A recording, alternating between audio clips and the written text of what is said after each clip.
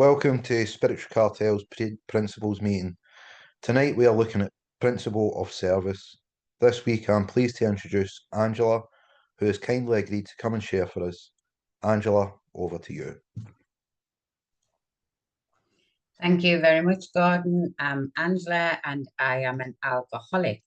And I'm very blessed to be here tonight sharing on this on the principal service. I am so pleased I got service and not what Dave's got next week. I am definitely happy about that one. I said earlier, if I got honesty, I'd absolutely find humility while I was sharing on that one as well. But I didn't. I got service, and you know, it's probably one of the most fitting for me. When I look at step 12, and it says, having had a spiritual awakening as the result of these steps, we try to carry this message to the alcoholics and practice these principles in all of our affairs. And I used to think that was where service lies. It's in that step 12, you know, and I have to go and carry this message and blah, blah, blah, blah, blah, blah. But the truth is, service for me started at step 1. You know, the day I walk into these rooms is the day that service starts to kick in. Because for me, you know, my sobriety date is the 19th of April, 2007. So I've been around for 18 years now. And I've trudged them 18 years. Like it tells us in the big book, we trudge the road to happy destiny. And I have trudged them. But I've also met a happy destiny as well. Not the destiny, but I'm happy on the way through there. So when I look back over the time that I've spent in the fellowship, I'll never forget my first meeting. I'll never forget the first time I walked into that meeting. And I can remember there was an old timer there, and I'd said I was really nervous and, you know, this, that, and the other. And this old timer said to us, well, I'm pleased you're here or I wouldn't be. And I never really understood what he meant. I could never quite figure out what he meant. And I spoke to him a few years after about it. And I said, I can remember you saying that to me. He says, because if we don't have newcomers in this meeting, then I don't have nothing. I absolutely don't have nothing. You know, he says, and if the newcomer's not there, I've got nobody to carry this message to. So for me, the newcomer is the most important person for service. You know, if we don't have them newcomers there for service, then that you know, our fellowship goes. That's it for me. It would just go. I wouldn't have a fellowship to be in. And I have to remind myself of that sometimes because life gets lifey. And my sponsor always used to say, don't let what AA is giving you take you away from AA or CA, you know, whichever fellowship you're in. And I never really understood that either. But I learned it. I did learn it over the years. And you know, so when I look back at when I come in and I walked in their meetings and I remember being asked to do greeter. You can greet people when they walk in the door. And I was thinking, I'm talking to total strangers. I don't even know them, you know, because this alcoholic had a very, very huge ego. And this alcoholic used to think she was definitely better than other people.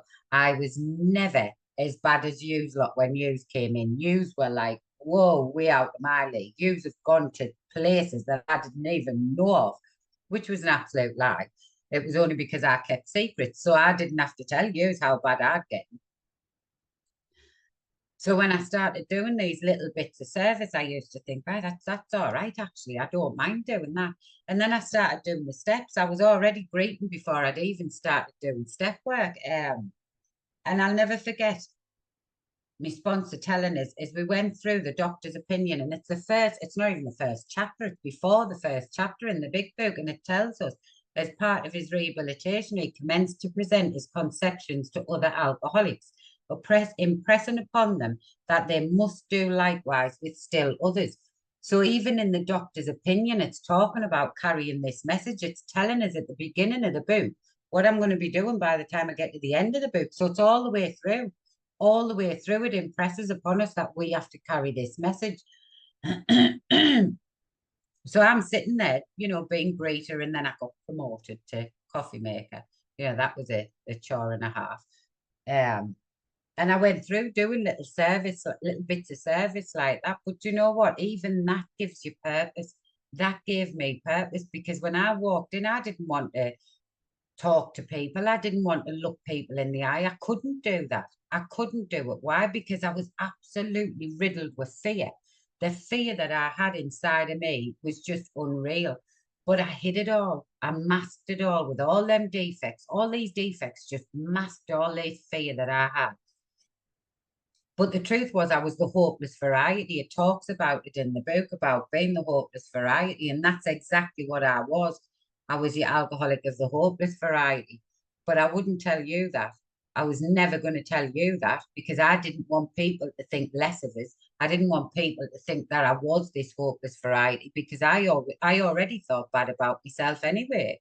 So I didn't need anybody else to feel bad about it. I could do that perfectly fine on my own. I didn't need any support on that level. So I would just pretend. I would pretend everything wasn't as bad as what it really was. So to the outside world, I looked all right. Well, I thought I did. I mean, to be fair, I probably didn't, but I wasn't as bad as I thought I was, until I started getting really into this book and seeing how bad life really was. When I went through it and I looked at the bedevilments where it tells us we were having trouble with personal relationships, we were full of fear. We couldn't control our emotional natures. And this is where that step one in that unmanageability came in for me. Because on the outside, externally, life wasn't too bad. It wasn't, like my children have been removed, and my daughter's on it, she'll tell you, but they were living with my parents. So in my head, I wasn't as bad as other people, because other people's children went into care. Mine were just with my mum and dad. So I always look for something to not make me as bad as. But when I started looking at these bedevilments and started to understand how bad life really was, it was an eye opener for me. It really was an eye opener, and I could start to see how unmanageable my life had become. And the only way for me, for this alcoholic, to deal with that unmanageability is to learn discipline. And the only way I could learn discipline was by doing service, because I knew that if I didn't have these little service positions, I wouldn't go to these meetings. I'd make an excuse up. I'd just think, I can't be bothered tonight. I'll just give it a miss. I'm feeling all right today. I haven't thought about a drink or a drug, so I'll just give it a miss. And that's how my head would work. My ego would talk me into saying, I don't need to do this, I don't need to do that. And the whole point of this program, a big part of this program, is to smash that ego that I've got, because my ego will kill it, and it really, really will.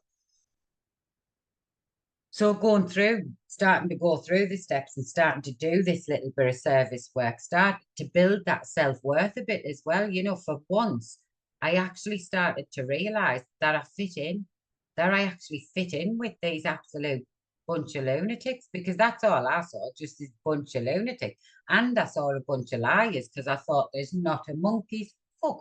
That person is 20 years sober. And over my God knows what, is that person 15 years sober. And that one is definitely not 10 years. And I'm going around the room judging the life out of all these people and thinking, oh, well, if they can pretend sober, I can do it. I'll do that as well.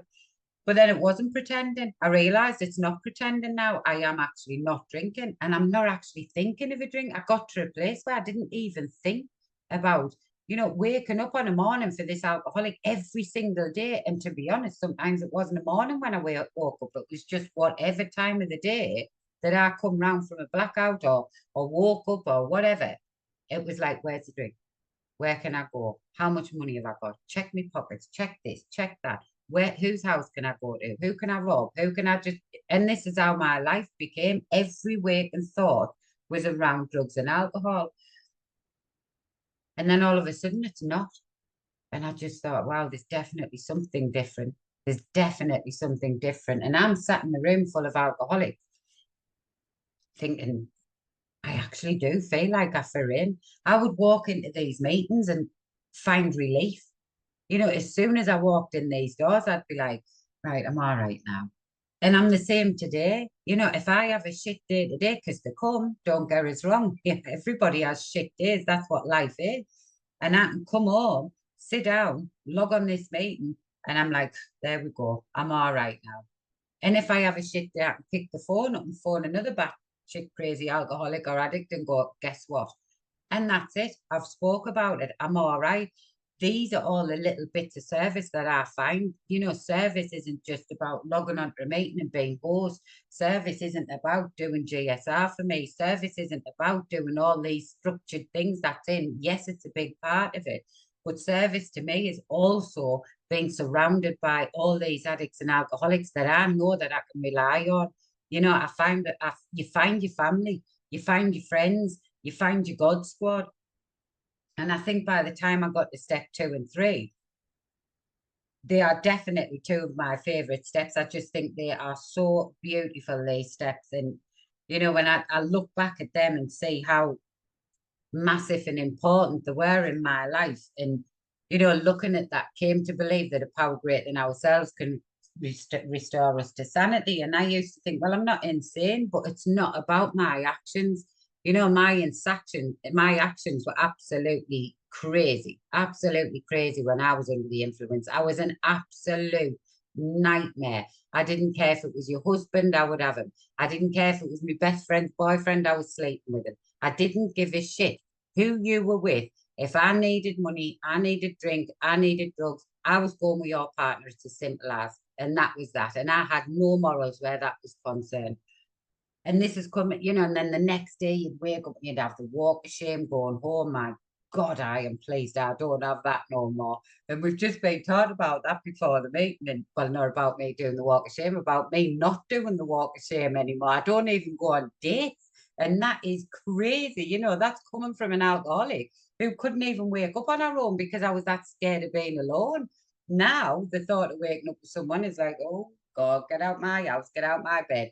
I love that peace. I love that serenity. I love coming into my home and sitting there on my own and just relaxing. And I never ever dreamt in a million years I would find that. Never in a million years, because I was the most uncomfortable person on my own ever. I hated being on my own, absolutely despised it. And that's because I hated who I was on the inside. So when I got to step 2 and it talks about, came to believe in a power greater than ourselves, I can remember looking at we agnostics, and it tells us in there, doesn't it? Lack of power was our dilemma.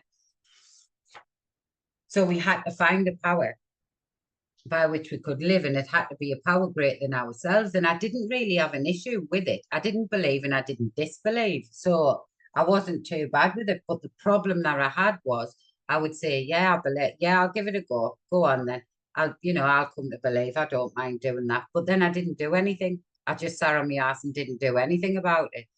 So when I get to step 3 and it tells us made a decision to turn our will and our lives over to the care of God, I was like, yep, no worries. And then done nothing, didn't put no action in, didn't do anything. It was absolutely, it was just lies coming off the tongue, really. Because if I'm going to make that decision, when I look at step 2 and 3 now, when I make that decision, I have to make that decision correctly. And I've just gone back through the steps again and love the experience again around steps 2 and 3.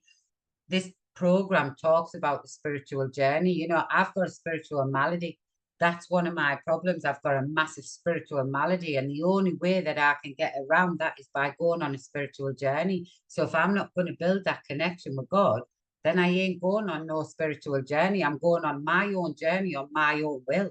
It's as simple as, there is no ifs or buts, because on step 3 for me, when it says made a decision, when I make a decision, it's a yes or no. There's no in between. There's no grey area. Am I going to hand my will and my life over, or am I not? And it tells us there, and we agnostics, we needed to ask ourselves but one short question. Do I now believe, or am I even willing to believe that a power greater than that there is a power greater than ourselves? And I found the willingness. I found the willingness to do this. So by the time I'm at step 3, I'm still thinking I can't do service till I'm at step 12. That's where I carry the message. That's what I want to do. The truth is, when a newcomer walks in that room and I'm sat there on step 3, and this newcomer walks in and they go, oh God, I'm a bit nervous and da da da, I can tell them, I can say, look, it's all right. I've been where you are. There's service there. The whole point is carry this message. So when I'm only new, but there's another newcomer comes in, I could only have been in that meeting a week, and you can still help the newcomer that's walking through that door.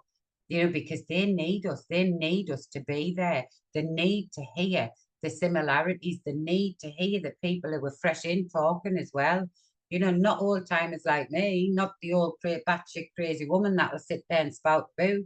A lot of newcomers want to hear yous who's only been here for a short period of time. I get that we get that fear there about talking, but the whole point is coming out of that fear. I need to move away from that fear. I need to drop these charades where I've got going on and these masks that's there and face them fears and tell them truths.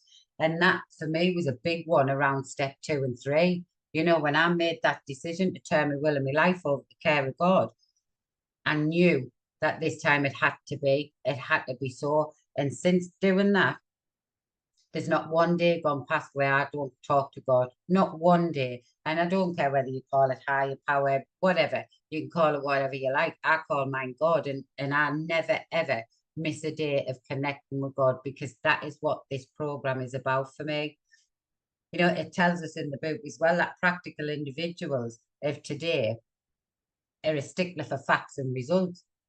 And that was me. I wanted to see the facts. I wanted to see the results. And my sponsor got hold of us and walked us back in the meeting. And there must have been about 15, 20 people in the meeting. And I'd said, where's the facts of this?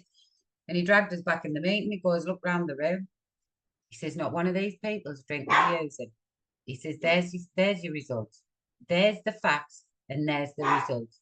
So he says, if you're looking for the facts and here we go. Winston likes to talk during the meeting as well, so I do apologise. Well, I don't apologise for that, because this is what he does every single time. He's arrived. He's arrived. So, yeah, so when he'd said to us, these are the facts and these are the results. Winston, there's God at work. That's God at work for me, showing me that these people are sober, they're clean, and they don't have a very loud chihuahua that likes to make yourself heard either. Not many of them. The joys of Zoom, isn't it? This is what happens on Zoom. You jump onto Zoom and think everything will be all right because I'm just sat on a little screen. And then your dog comes in thinking he's a Rottweiler. It's probably a tiny little spider that he's going batshit crazy over, but never mind. Anyway, where am I? Service. Service. There's nothing like your dog knocking you off train of thought, is there? So, yeah, so when I went back in the room and it said, there's your facts, there's your results. And it was right. It's right. It's not about seeing God. I don't have this image of God. And if you do, then great. If you don't, then great. I wanted the facts and results of what God can do. And he showed us what God can do. God's got a room full of people all over this world, millions of people all over this world that never drink and never use anymore and lose the obsession. I never dreamt in a million years that I'd lose this obsession. And I always say in my shares as well, I have my 2 daughters there. I couldn't even love my own children. I couldn't love them because this obsession overruled all that.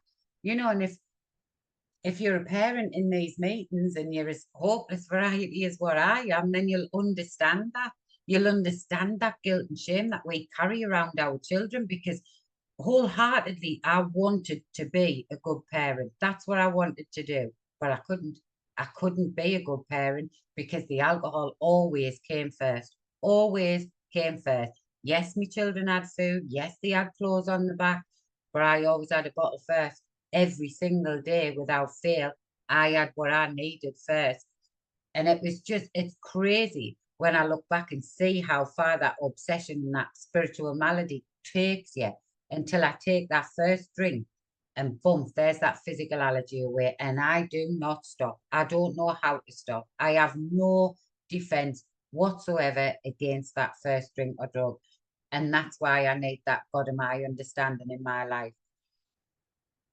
So I carried on through the steps, and the rest of them, I'm not going to say they were pretty easy, they weren't, but they were an experience. And then when I get to step 12, I'm going to kind of move on to that because that's where service lies. When I get to step 12 and go through chapter 7, working with others, and it tells us practical experience shows that nothing will so much ensure immunity from drinking as intensive work with other alcoholics. There's my service there. That's what I need to do, because if I don't carry this message, I can guarantee you I will pick up. but I don't carry the message. I know it sounds crazy, but it's not me that carries this message. It's God that carries this message. He took me as an agent because I always think, why me? Why did he save me? You know, there's millions of alcoholics and addicts out there. Why is it us that gets saved? And the only answer my sponsor always used to give us was, why not? Why not you? Why not you? Because you take the drugs and the alcohol away from us, and you will meet the most sincere, kind, friendly, loving, faithful, loyal people ever. And that's what I've met in these rooms. That is exactly what I've met in these rooms. They've got patience with us, you know, because when we walk in the rooms, let's be fair, if you're anything like me, I wasn't exactly the nicey person that came in. You know, I was a bit of a loudmouthed, opinionated gobshite. Apparently, that's what my sponsor called it. But he had patience with it, you know, and he would put up with me phone calls. He would put up with me rants. He would put up with us being judgmental and being, you know, just crazy. And he spent time with us, you know, because some of the phone calls I would make to my sponsor, I look back on that now and I think, "Oh, if that was me, I'd have just gone like that and hung up. I'd have thought, here, get off, will you? I'd have just put the phone down. He did do that a few times, to be fair. Quite often, actually, he used to do that. He used to put the phone down on it and tell us to come back when I'd figured it out. Because the point is, he's not there to run my life. You know, his sponsor's there to guide me through these 12 steps, and that's exactly what he done. You know, and I see it. I see it in the rooms. I've seen it over the years. You know, if you want someone to control your life, then that's your choice. But when I take people through this work, the one thing I don't do is control. You know, I needed to get rid of that control because I've had control issues for years. Now I'm not interested. When I'm sponsoring somebody, I'm not interested if they're going to go off and sleep with 40 different lads. That's their choice. You know, if somebody wants to go and sleep with every person in the fellowship, crack on with it. I don't mind. No issue with it whatsoever. That's none of my business. You know, I have no say on what people do. All I need to do is make sure that they're following these steps, and hopefully by the time we get to the end of the steps, they'll have an ideal sex life or sex ideal, and you know they'll know what they want throughout this program. We're gonna make mistakes. I'm gonna mess up. Other people are gonna mess up. You know, I need to work on that judgmentalness because I will.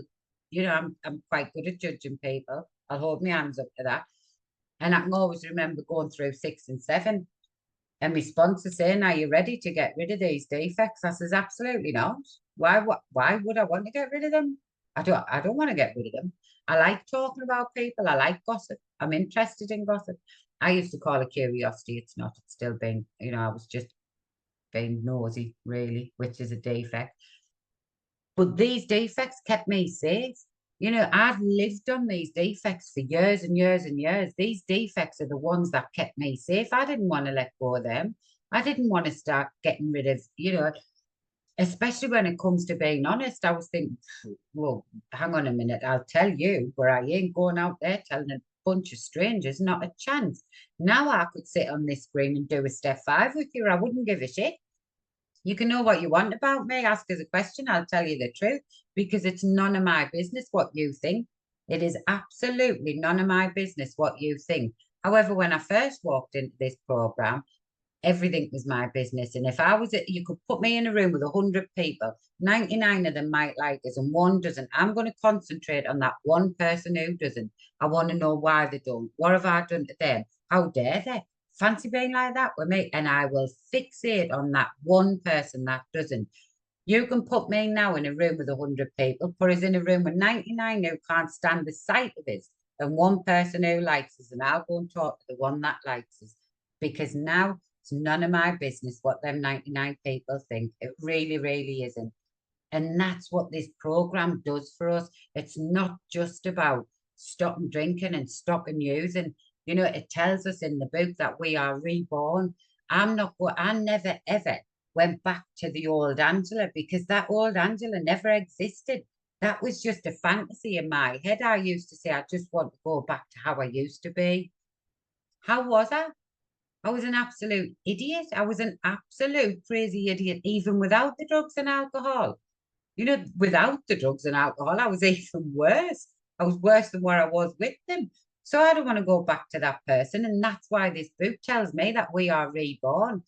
From the day I lost this obsession and grew that relationship with God, I have changed over the years to this person that I don't recognize who I am, but that's all right. It's absolutely all right. I don't need to know who I am.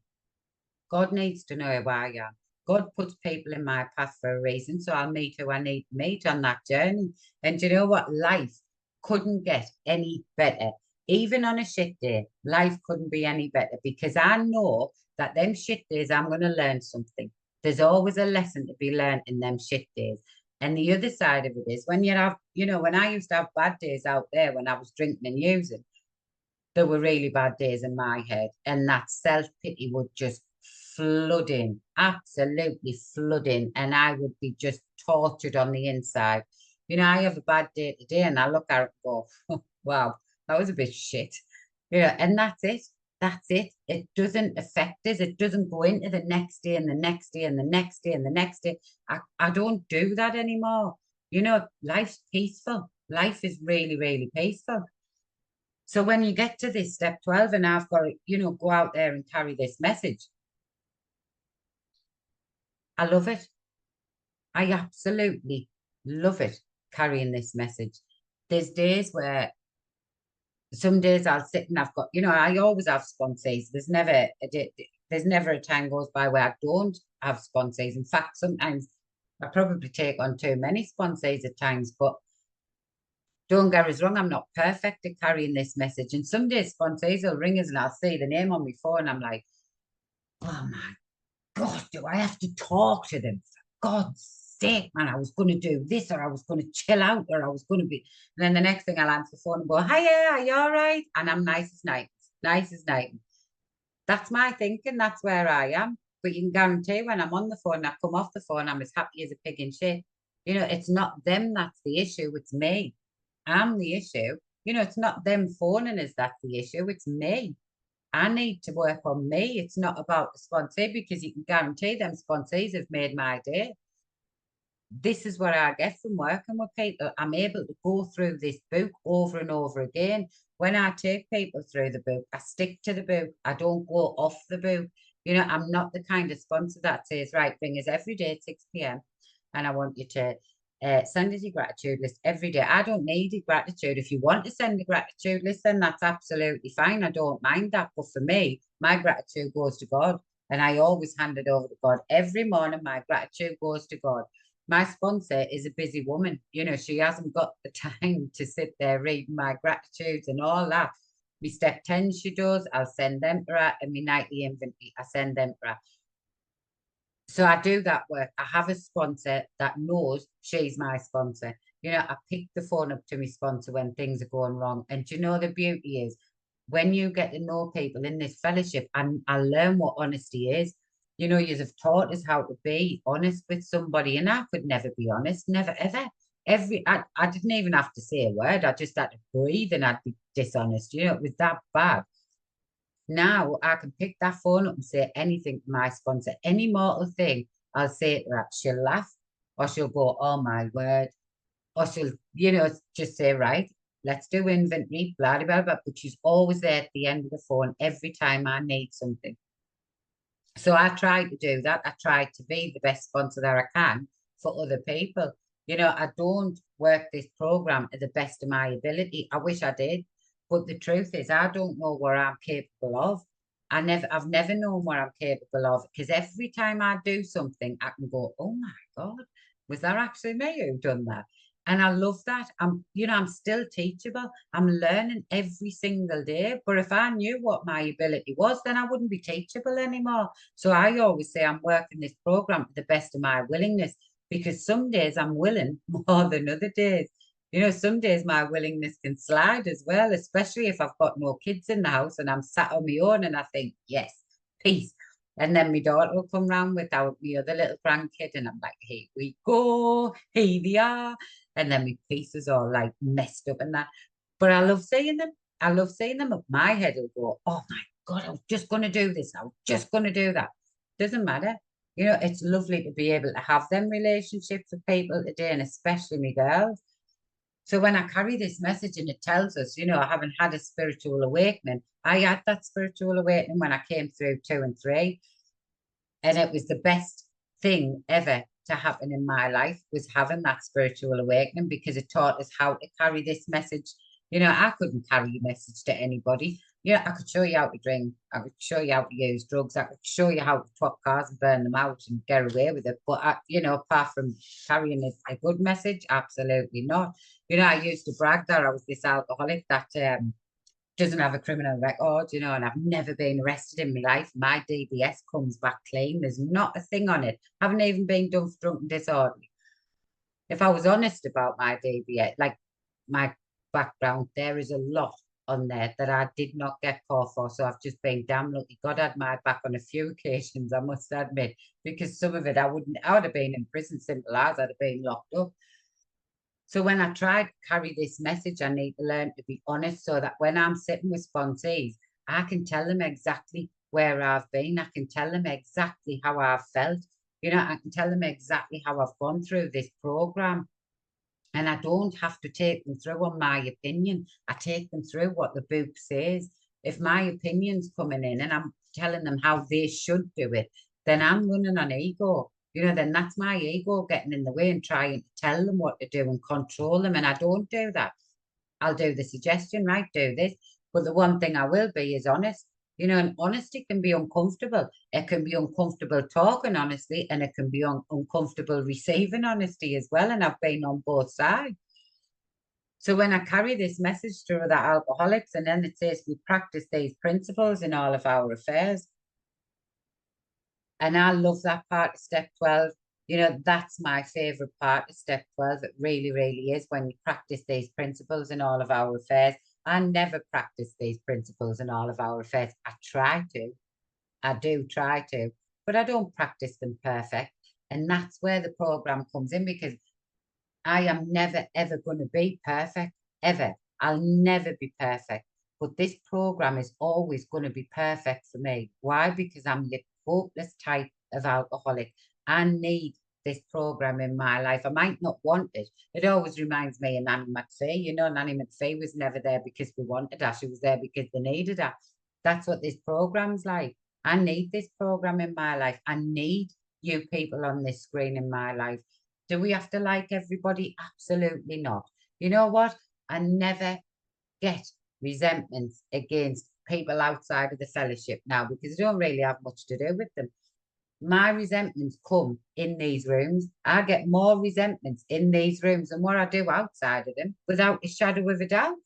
And then I sit there and I have to look at myself and think, how are you, Angela? This is a newcomer. How are you, Angela? They know better than you. How are you, Angela? Because I do cop resentments against you. Of course I do. I'm human. I'm absolutely human. I'm not supposed to come in these rooms and just like everybody, but I have to show tolerance. I have to show patience. I have to show understanding. I have to show compassion. I have to be empathy. I have to be empathic with them. That's the difference. I don't have to like them. I don't. And if you knew it, which a lot of people I know you do, I don't like people to start with. So trying to stick me in a room and tell us I've got to like them all, that's going to fail miserably. But I can show love and tolerance today. I really, really can. My two girls are both in the fellowship now. And it's an absolute blessing to have them in the fellowship. So I'm a mother who's walked from both sides. I've been the alcoholic, and I've also been on the other foot where my kids are in addiction. And I never dreamt in a million years that life would get to where it is now. I never dreamt in a million years it would. And my daughters are both in the fellowship. They're both doing really well where the program's concerned. I've got 6 grandchildren there. Not one of them have ever seen me drink or use. Not a single grandchild has seen me drink or use drugs. And that in itself is a miracle, absolute miracle. I get the opportunity to work in this field, to work around alcoholics and addicts all day, every day, which I say it's a blessing. It is. It is a blessing. But some days I want to ride my own head off as well. But I love it. I wouldn't change a thing of it. Life, God's had this plan mapped out for me, and it is just an absolute pleasure to be on this journey. It really, really is. I couldn't have wished for a better outcome in my life. Would I would I want to change anything in my past? Absolutely not. I wouldn't change a day of my addiction. I really, really wouldn't, because if I didn't have that, I wouldn't be where I am now. I wouldn't be able to sit on these meetings and carry this message and do service. I do a lot of service in the fellowship, and sometimes people might think I do too much, but for me, it works. I'm on these meetings practically every night. I do a lot of service behind the scenes. I do a lot of sponsee work. Why? Because I love this book. I absolutely love this book. Every time I take somebody through this book, I get a new experience.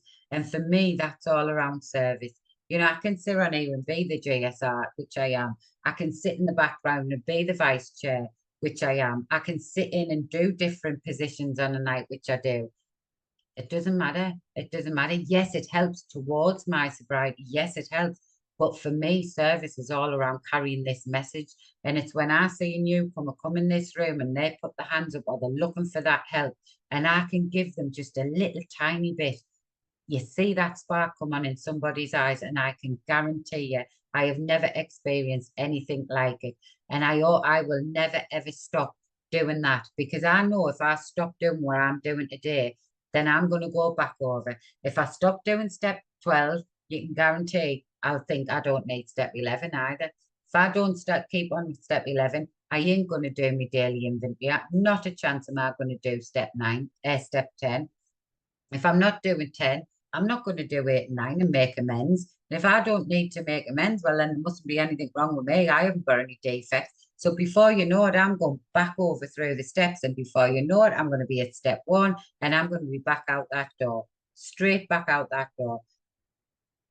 That isn't an option for me. It really, really isn't an option for me. And the more you put into this program, the more you get back. And I used to hear that in the rooms and think they're full of shit because their lives can't be that good. But they are. They really are. I have never, I look back on these 18 years of being in sobriety and I just think, how the hell did I get here? How on earth have I gotten here? Because don't get us wrong, I've been through pain. My whole recovery journey hasn't been a bundle of laughs. It really hasn't. I've lost both my parents in recovery. I was 3 years sober. I lost my mum and dad within a 6-month period together, and it was heartbreaking. There was loads of other crap went on in between that 6 months where my friend was murdered. My brother was arrested for his murder. A few months later, my daughter's in a coma. They don't think she's going to live. And all this went on within a 6-8 month period in 2010. Not once did I think, I know what will fix this. I know what will get rid of this. I know what will stop me feeling like this. Not once did that come into my head. All I kept doing was going, God, just stay with us. Just stay with us, God. Just stay with us today. And we get through it. We get through these hurdles that life has. We really, really do. There's no reason for me to go out there and pick a drink or drug up, because I intend to stick in this room and carry this message and do service. I really, really do. And if I start slacking, I know for a fact that I've got a lot of friends on this screen tonight that'll pick the phone up and go to me, Angela, what's the matter? Angela, what's up? Because when you put yourself forward and you start to make friends in this fellowship, people start to know you as a person. They get to see, oh, she wasn't on the meeting tonight. Where's she gone? Oh, I wonder if she's all right. The next night I'm not on the meeting. That's 2 nights in a row. That's not like her. Where's she at? And before you know it, I'll be out. Somebody will be on the phone saying, Angela, are you all right? And there you go. There's that service. There's that helping each other. And if that's all it takes, a little phone call, then that's what we have to do. If all I have to do is log on to this meeting, I would 100% prefer to be sat here in this room with yous than sitting in that sitting room watching Netflix, without a shadow of a doubt. Without a shadow of a doubt, Netflix ain't going to save my life. It's going to make me sit there and go, what the hell have I just watched? Oh, that was mint. And then judge people and slag them off and do whatever I do, because that's what I do. I'll even judge actors off. That's where my head will go. That is not going to save my life. Sitting here with you is, and carrying this message is going to save my life. And that is what I need. It might not be what I want all the time, but it's definitely what I need.